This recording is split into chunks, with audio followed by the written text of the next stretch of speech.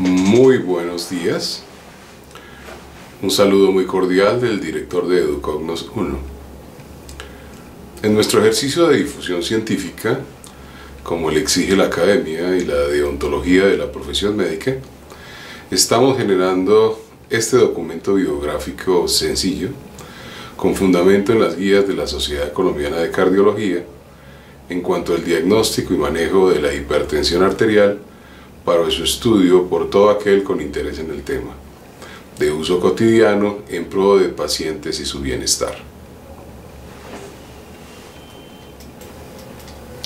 En este orden de ideas, el tema que trataremos el día de hoy se relaciona con los inhibidores de la enzima convertidora de angiotensina 2, más conocidos como IECA. En cuanto a las características esenciales de este tipo de medicamentos, de estos fármacos para el tratamiento de la hipertensión arterial, se destaca que los IECA2 producen similares efectos antihipertensivos al de otros grupos de medicamentos. Frente a los integrantes del mismo grupo, presentan diferencias significativas en cuanto al inicio y a la duración de su efecto. Su efecto se reduce en pacientes de raza negra y ante la ingestión de sodio y en pacientes con niveles de renina baja. Se pueden usar asociados o combinados con otros grupos de antihipertensivos. Su uso privativo en pacientes con hipertensión con una comorbilidad asociada por lesión en órgano blanco o como entidad coexistente, encuentra utilidad verbigracia en la disfunción ventricular sintomática o asintomática, salvo que existan contraindicaciones en el estado del paciente, en la disfunción renal, proteinuria, disminución de la filtración glomerular, en los pacientes diabéticos, especialmente con compromiso renal, post-infarto del miocardio, en individuos con historia de enfermedad cerebrovascular, en personas con riesgo cardiovascular elevado y para el tratamiento del paciente hipertenso con alteraciones metabólicas, dado su perfil neutro en este sentido.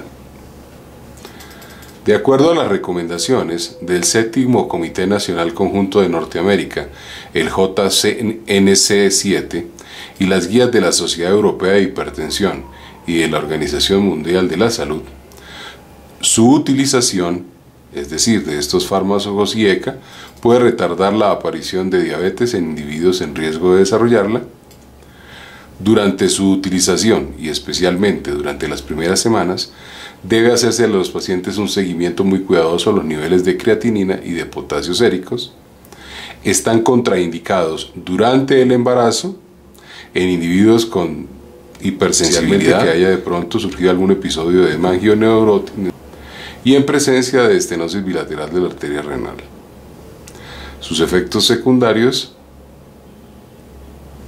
más comunes, la tos, es un efecto de clase que puede limitar un poco su utilidad.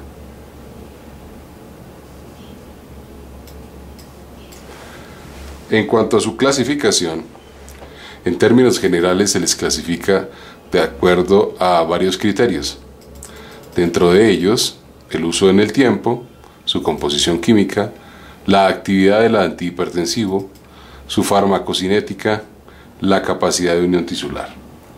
En el primer grupo, de acuerdo al uso en el tiempo, tenemos de primera, segunda y tercera generación.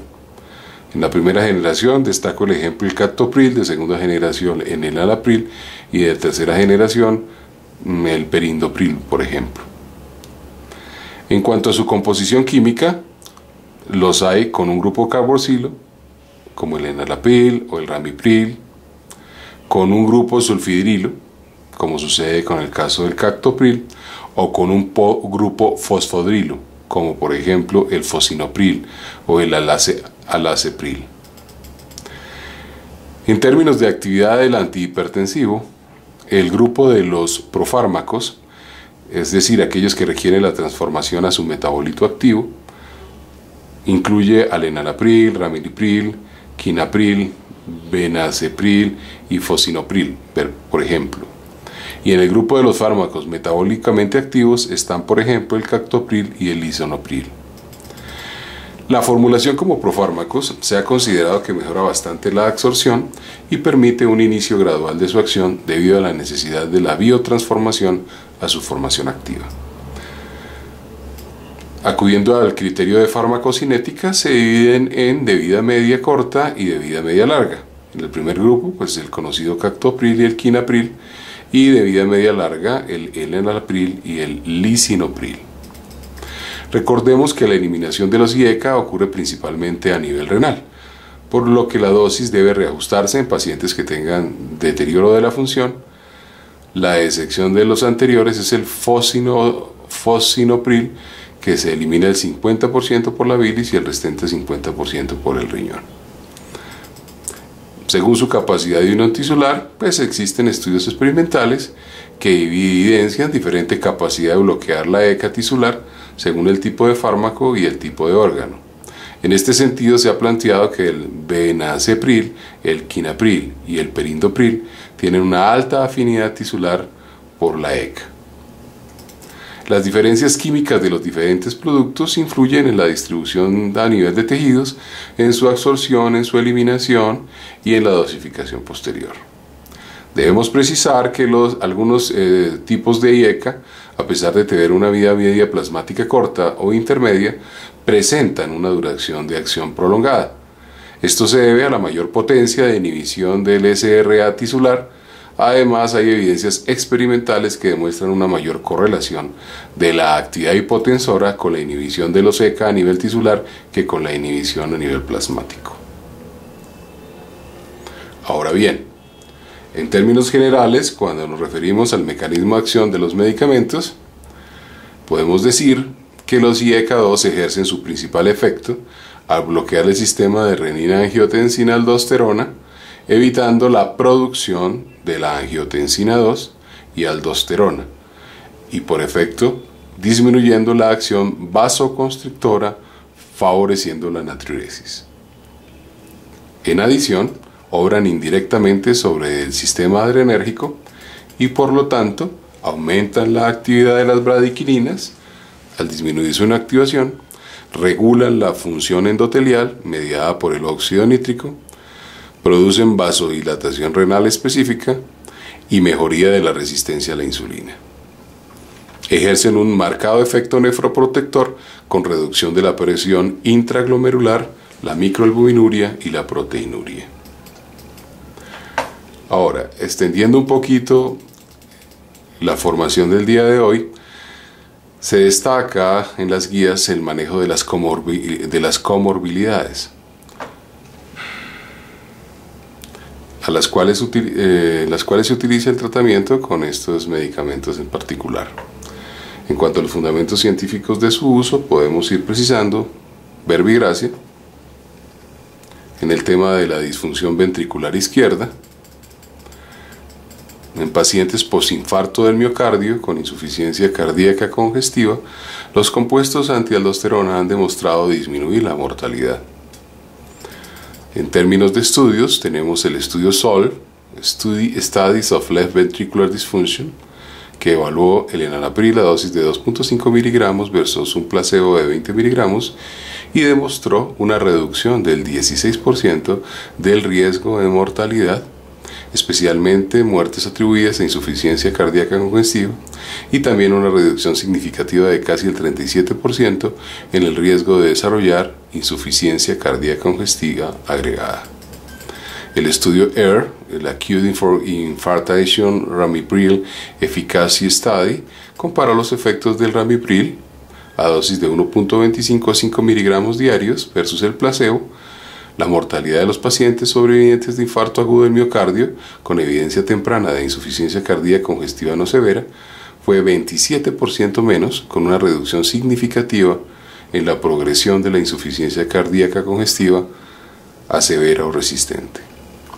Y en esta misma patología, el estudio TRACE con Tandolapril, comparó este medicamento versus el placebo en pacientes posinfarto agudo con una fracción de eyección menor del 35% y obtuvo resultados similares en cuanto a mortalidad por todas las causas en un 22%, con un índice de confianza del 95% aproximadamente.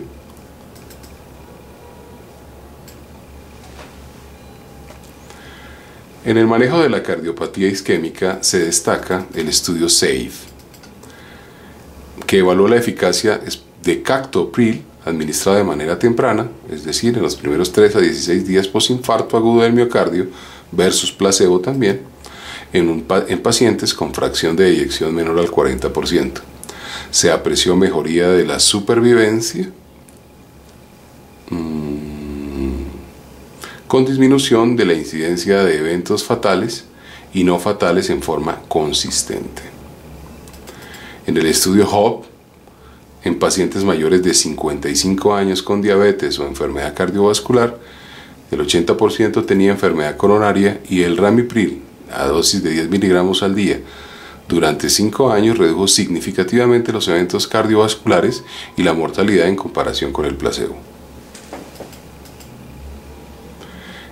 El estudio de Europa empleó Perindopril en una población de bajo riesgo con enfermedad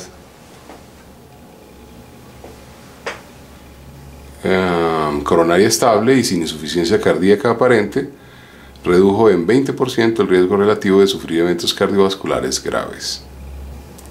Y el estudio Valiant con Valsartan indica con 2 comparadores activos que los bloqueadores de los receptores de angiotensina 2 tienen eficacia similar a los inhibidores de la enzima convertidora de angiotensina en pacientes con enfermedad coronaria y disfunción ventricular izquierda posinfarto agudo del miocardio con relación a la disminución en la mortalidad.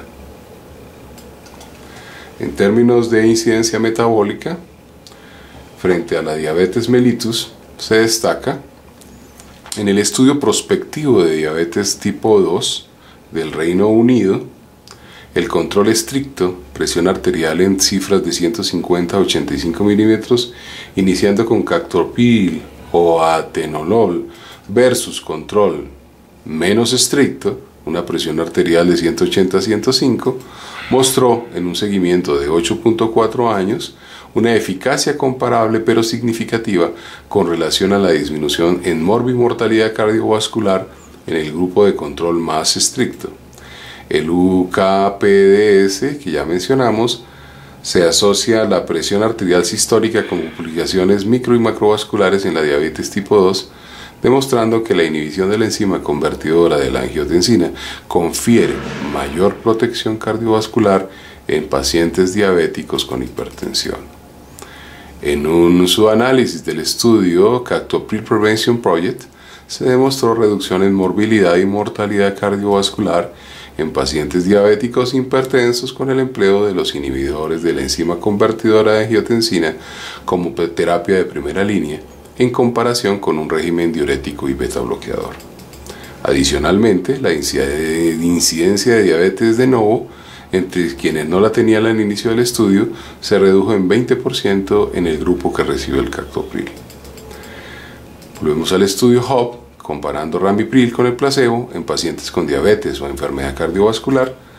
Sugiere propiedades de los inhibidores de la enzima convertidora de angiotensina que posiblemente van más allá del control de la presión arterial, relacionadas con disminución de morbimortalidad cardiovascular en el grupo tratado con estos medicamentos.